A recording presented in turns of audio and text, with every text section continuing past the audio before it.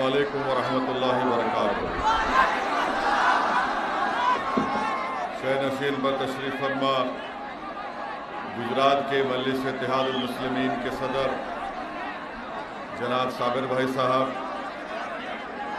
मौलाना खलील अहमद साहब, मौलाना लातूरी साहब, मौलाना फरीद अशरफी साहब, गुजरात के मजलिस इत्तेहादुल मुस्लिमीन के मोतमद सैयद खुर्शीद साहब और सूरत के मजलिस इत्तेहादुल मुस्लिमीन के सदर वसीम कुरैशी साहब, मोअज़्ज़िज़ हाज़रीन इकराम, बुज़ुर्गान मिल्लत, मेरे गयूर नौजवान साथियों, इज़्ज़तदार माँ और बहनों, आप तमाम का बेहद शुक्रिया कि आपने अपना कीमती वक्त निकाल कर आज के जलसे में शिरकत की। मैं आपको शुरुआत में ये बात बताना ज़रूरी समझता हूँ कि ना सिर्फ ये पैगाम सूरत की आवाम तक पहुँचे बल्कि गुजरात की पूरे आवाम को और साथ ही साथ गुजरात में बीजेपी को भी, कांग्रेस पार्टी को भी और आप पार्टी को भी ये पैगाम पहुँचे कि आने वाले विधानसभा में इंशाअल्लाह ताला मजलिस इत्तेहादुल मुस्लिमीन पूरी ताकत के साथ गुजरात के असम्बली इंतखाबात में इलेक्शन लड़ने की पूरी तैयारी कर रही है। और आज आप लोगों का फ़खीदुल मिसाल, खैर मुक़द्दम और फिर यहाँ पर हज़ारों की तादाद में जमा होना इस बात का पैगाम देता है कि इंशाअल्लाह ताला सूरत में भी मजलिस इत्तेहादुल मुस्लिमीन एक नया सियासी इनकलाब सूरत की सरजमीन पर लिखने जा रही है। मेरे अजीज़ दोस्तों और बुज़ुर्गों, मैं आपको ये पैगाम देने आया हूँ कि हमारा वतन अजीज़ हो या गुजरात रियासत हो, इस लोकतंत्र में जब तक आप अपनी एक सियासी आवाज़ को नहीं पैदा करेंगे, आपके और हमारे मसाइल हल होने वाले नहीं हैं। आप याद रखिए मेरी इस बात को कि जमहूरियत की तल्ख़ हकीकत ये है कि जब तक आपके पास आपके वोट से आपके नुमाइंदे कामयाब नहीं होंगे, आपके मसाइल हल नहीं किए जाएंगे। अगर गुजरात में और वतन अजीज़ भारत में अल्पसंख्यक समाज के मुसलमानों को इस बात की शिकायत है कि हम पर जुल्म होता है, हमको दबाया जाता है, हमको बेजा जेलों में डाल दिया जाता है, हमको कारोबार से महरूम कर दिया जाता है, हमारे घरों को और हमारे कारोबार की जगहों को बुलडोज़र से तोड़ दिया जाता है, तो याद रखिए आपको एक सियासी ताकत बनना है। मैं आपको खुलकर कह रहा हूँ कि सिर्फ मज़म्मती बयानात से मसलों का हल नहीं निकलता, सिर्फ जज्बाती तकारीर से आपकी बीमारी का इलाज नहीं निकलता, सिर्फ नारों से आपकी आवाज़ और आपके मसाइल हल नहीं होते। जमहूरियत में अगर आप इस बात को तय कर लेंगे कि अब हम मुत्तहदा तौर पर अपना एक एक वोट अपनी पार्टी के नुमाइंदों के हक में डालेंगे, तो तभी जाकर आपकी आवाज़ को सुना जाएगा। सूरत की सरजमीन से मुझे आपके दरमियान में खड़े होकर बात करने का मौका अल्लाह ने फराहम किया। बताइए, आज उन गरीब ठेला बंडी पर कारोबार करने वालों को उनकी बंडियों को हटाया गया क्योंकि वो अंडा बेचकर अपनी कमाई कमाते थे।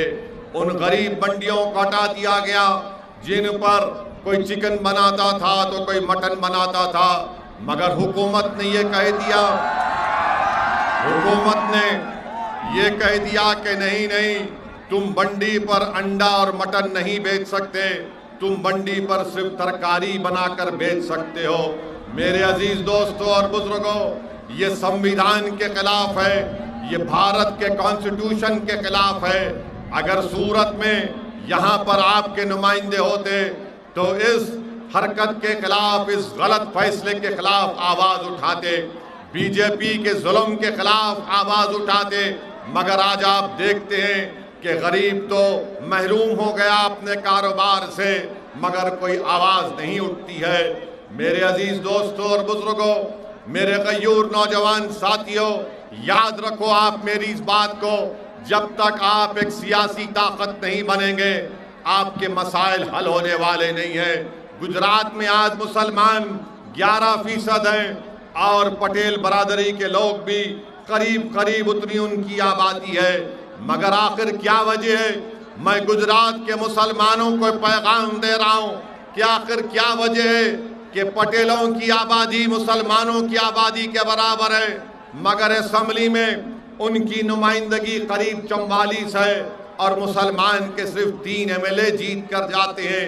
सोचो गुजरात के मुसलमानों, अगर आप एक तारीख बनाना चाहते हैं तो मैं आपसे अपील करने आया हूं, इल्तिजा करने आया हूं, गुजारिश करने आया हूं कि एक हो जाओ, अपने अपने इख्तलाफात को बाजू रखो, मसलक चाहे तुम्हारा कुछ भी हो बराबर अपने मसलक पर चलो, मगर अगर इत्तेहाद के मज़ाहरे नहीं करोगे तो याद रखो जिस तरह उन बंडियों को हटा दिया गया, कहीं ऐसा ना हो कि तुम्हारी तारीख और तुम्हारी तहजीब को मिटा दिया जाए। अगर मसलक को जिंदा रखना है, शनाख्त को जिंदा रखना है तो सियासत में हिस्सा लेना पड़ेगा। और सिर्फ यह कह देंगे कि नहीं हम दुआ कर देंगे तो याद रखो सिर्फ दुआओं पर इक्तफा करने से कुछ नहीं होता, दुआ भी करना है और मैदान कारसाज में उतर कर अपने दुआओं के असर को देखना है। रसूलुल्लाह सल्लल्लाहु अलैहि वसल्लम ने मिंबर से भी खिताब किया और अहद के मैदान में अपने दंदाने मुबारक को शहीद करवाया।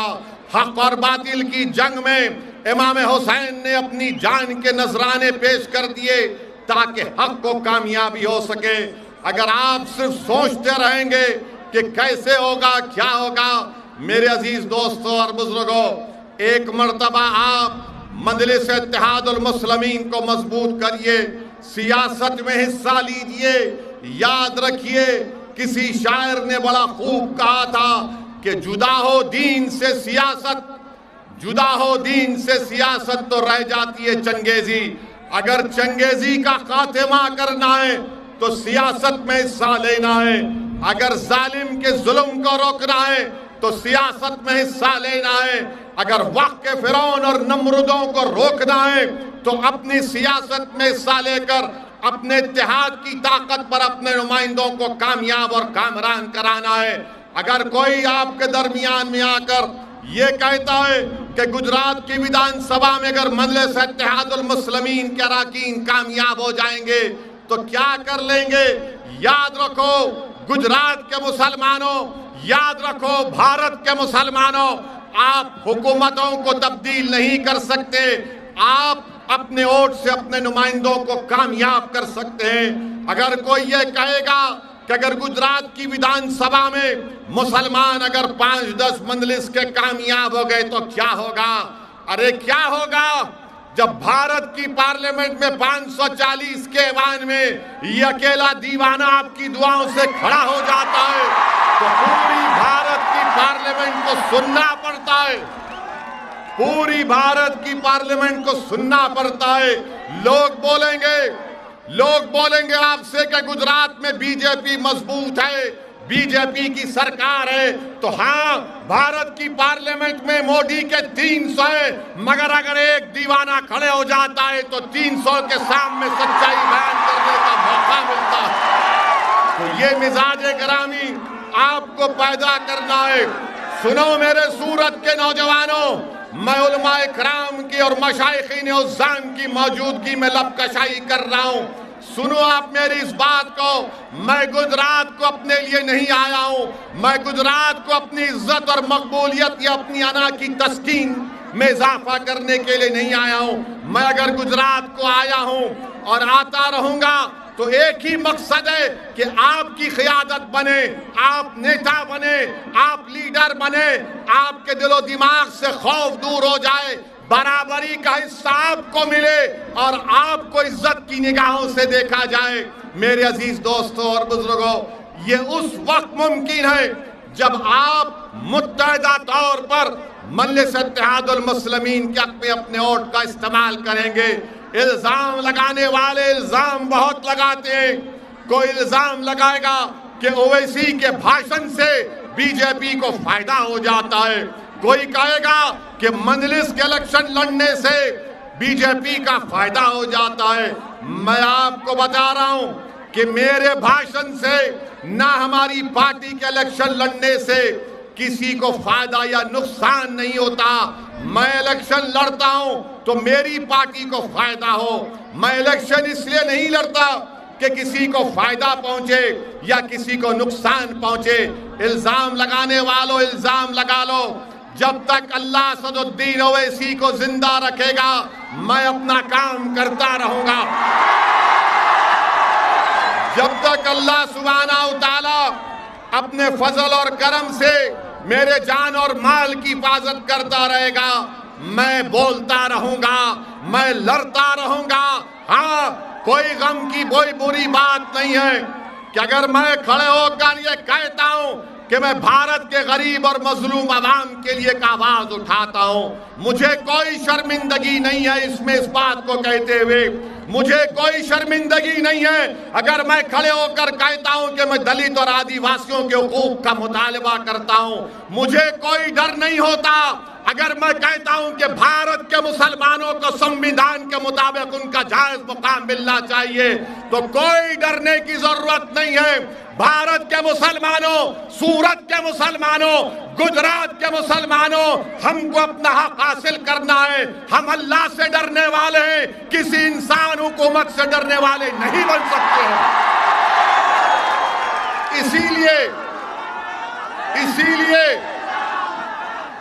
इसीलिए आपसे अपील करने आया हूं कि आज आपको अपने इत्तेहाद की ताकत पर अपनी एक सियासी आवाज को मजबूत करना है।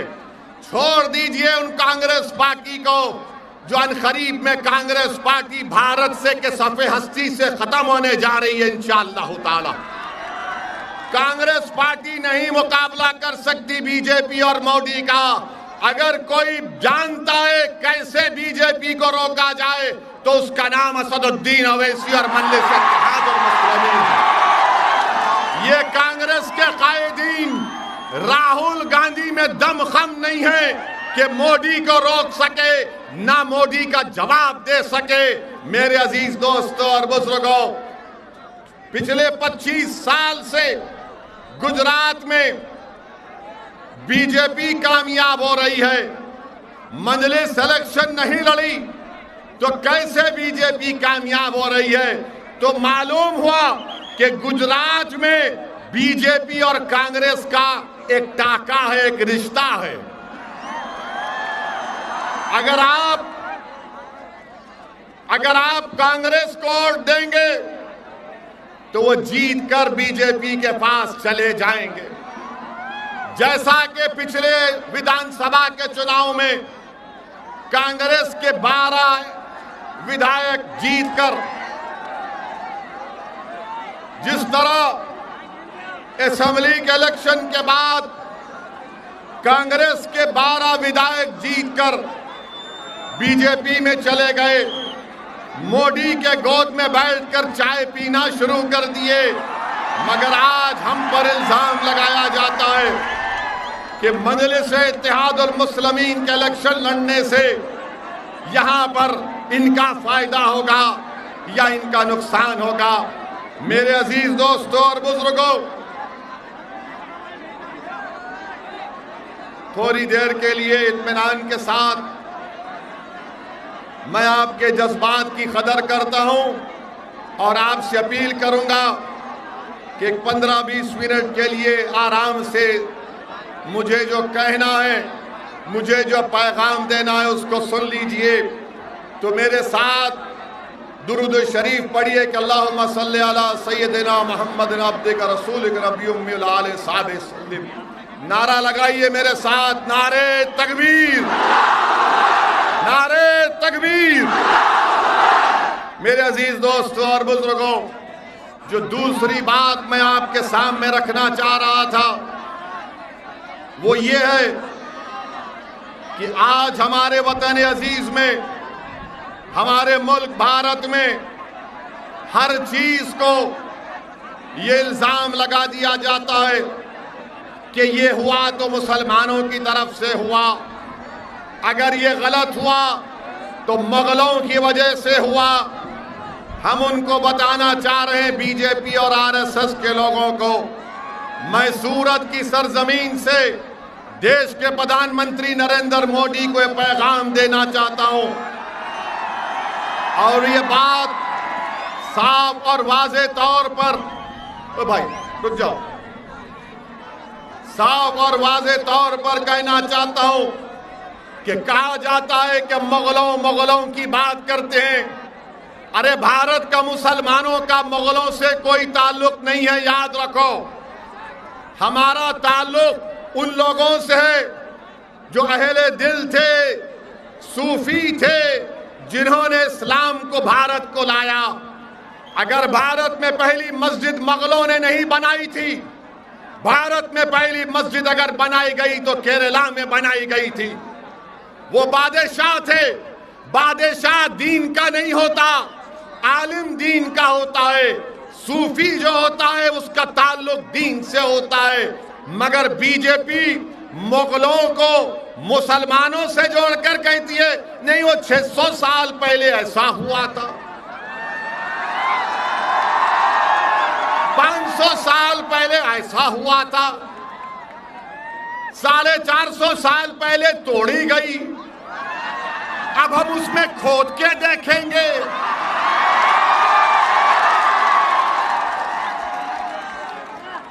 आप बताइए, भारत की तारीख क्या मुगलों से शुरू होती है?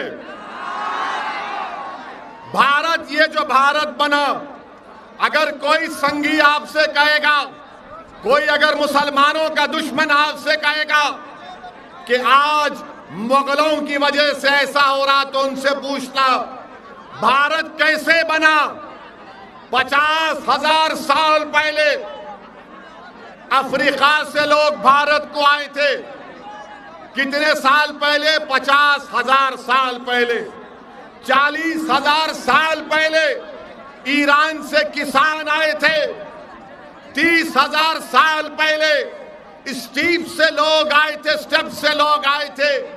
इसके बाद लोग आते गए तो भारत बना। मगर बीजेपी को अगर कोई नजर नहीं आता, खाली मुगल नजर आता है इनको। अब आप बताइए कि क्या बादशाह अशोका ने लोगों का कत्ल नहीं किया? बादशाह अशोका ने हजारों लोगों का कत्ल किया। बोलो आरएसएस वालों, अशोका के बारे में तुम्हारी राय क्या है? क्या यह बात सच नहीं है कि पुष्यमित्रा ने बुद्धों की मंदिरों को तोड़ा? इसकी बात क्यों नहीं करते बीजेपी और संघ परिवार के लोग? मगर बोलेंगे नहीं, ताजमहल के नीचे जाकर देखेंगे, ताजमहल के नीचे क्या मिलेगा आपको? नहीं, हम खोद के देखेंगे क्या मिलेगा। तो क्या मैं भी खड़े होकर कह दूं कि देश के प्रधानमंत्री मोदी जिस घर में रहते हैं उसके नीचे भी मस्जिद है, खोदी जाए?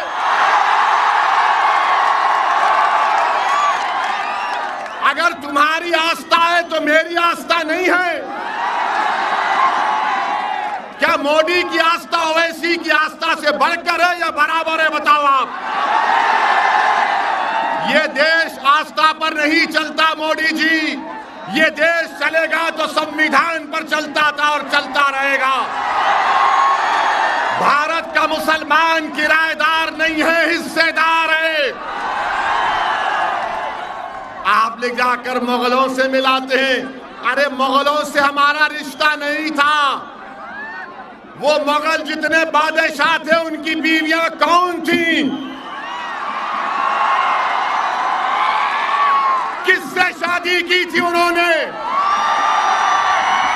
क्या उसका जिम्मेदार आप मुझे बनाएंगे? आप जाके पूछो औरंगजेब से मुझे क्या करना है। अब जाके पूछो अकबर से, जहांगीर से, शाहजहां से। और क्या मोदी जी, क्या आपने बहादुर शाह जफर की खबर पर फूल नहीं चढ़ाए थे? हमको जिम्मेदार, हाँ मुगल अगर जिम्मेदार हैं तो यकीनन औरंगजेब जिम्मेदार है पेट्रोल की कीमत का। अकबर जिम्मेदार है बेरोजगारी का और शाहजहां जिम्मेदार है कीमतों में जो इजाफा हो रहा है। अब खुश हो गए बीजेपी वालों, हमने मुगलों को जिम्मेदार करार दे दिया, पेट्रोल का जिम्मेदार। कीमत अगर पेट्रोल की बढ़ गई मोदी जी तो औरंगजेब जिम्मेदार, नौजवान को नौकरी नहीं है तो अकबर जिम्मेदार, कीमतें बढ़ रही तो शाहजहां जिम्मेदार। ये जिम्मेदारी हम देने तैयार हैं। मगर अशोका को क्यों भूल गए, पुष्यमित्रा को क्यों भूल गए? इनके बारे में भी बोलना चाहिए ना, नहीं बोलेंगे तो आपको खुलकर कहना है कि हमारा ताल्लुक मुगलों से नहीं है। हाँ वो बादशाह थे जो मुल्क पर हुकूमत किए, जिस तरह अशोका ने किया, जिस तरह कृष्णदेवराया ने किया, जिस तरह पुष्यमित्रा ने किया, उन सब ने किया, चंद्रगुप्त मौर्य ने किया। मगर आप ये मुगलों के पीछे पड़ गए और मुगलों को हमसे जोड़ते हैं। सुनो, अगर भारत का मुसलमान का किसी से ताल्लुक है, उसका ताल्लुक है अल्लामा फजल खैराबादी रहमतुल्लाह अलैह से।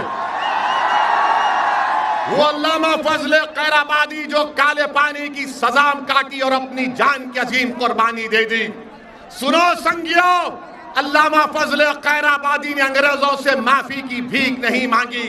हमारा ताल्लुक है तो जौहर बरादरान से है, हमारा ताल्लुक है तो मौलाना अबुल कलाम आजाद से है, हमारा ताल्लुक है तो उन रेशमी रुमाल की तहरीक चलाने वाले महमूद अल हसन साहब से है, हुसैन अहमद मदनी से है, हमारा ताल्लुक किसी से है तो माल्टा की जेल में मुसीबत और मसाइब के मुश्किलात को सामना करने वालों से। अरे मुगलों को लाकर हमारे गले में क्यों बांध रहे हो? आप बांध लो। भारत की आजादी में सबने हिस्सा लिया था और इसीलिए जब मुल्क आजाद हुआ तो हमने यह फैसला लिया कि हम तारीख में नहीं जाएंगे बल्कि हम तारीख बनाएंगे भारत के लिए। हम तारीख में नहीं जाएंगे, हम तारीख बनाएंगे भारत के लिए। मगर आज क्या हो रहा है कि नहीं, वो ज्ञानवापी की मस्जिद आपकी नहीं है। अरे बाबरी मस्जिद चले गई तो क्या आप ज्ञानवापी भी जाने देंगे? आप बोलो, अहद लोगे कि मस्जिदों को आबाद करोगे? नौजवानों, क्या तुम अहद लोगे कि अब तुम मस्जिदों को आबाद रखोगे? क्या जिस तरह जुमे में नमाज पढ़ते उस तरह फजर में पढ़ोगे? तो क्या कल सुबह जाकर मस्जिदों को और चकाचक भर दोगे? अगर हम मस्जिद की हिफाजत नहीं करेंगे तो कौन करेगा? और जब ज्ञानवापी मस्जिद का मसला उठा तो क्या कांग्रेस ने बोला? क्या बोला कांग्रेस ने? क्या राहुल गांधी ने बोला? क्या आम आदमी पार्टी के केजरीवाल ने बोला? किसने बोला फिर? क्या नाम था बोलने वाले का? क्या नाम था बोलने वाले का? क्यों बोला वो? इसलिए कि भारत का ये हिस्सा है, संविधान का हिस्सा है, 91 का कानून है और कोई मस्जिद को, मंदिर को हाथ नहीं लगा सकता। मेरे अजीज दोस्तों और बुजुर्गों, अगर आप 10 मिनट है हमारी बात सुन लीजिए, आराम से बैठिए, नारा लगाइए, नारे तकबीर। मेरे अजीज दोस्तों और बुजुर्गों, बीजेपी गुजरात में डिस्टर्ब्ड एरियाज एक्ट का कानून बनाया, डिस्टर्ब्ड एरियाज एक्ट का कानून बनाया और आपके सूरत में, अथवा में, सलाबतपुरा में,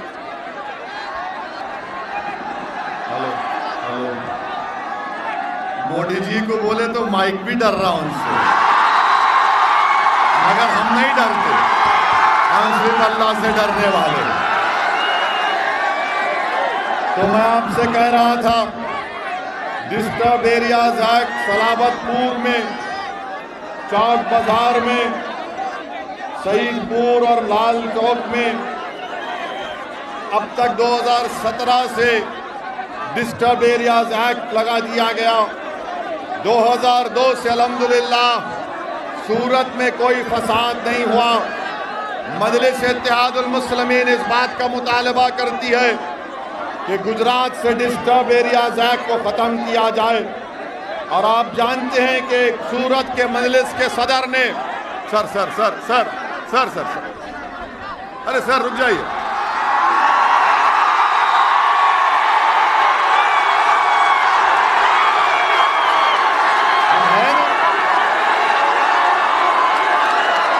सूरत में मजलिस के सदर ने यहाँ पर जो फलाई काम किया, मैं उनको मुबारकबाद देता हूँ।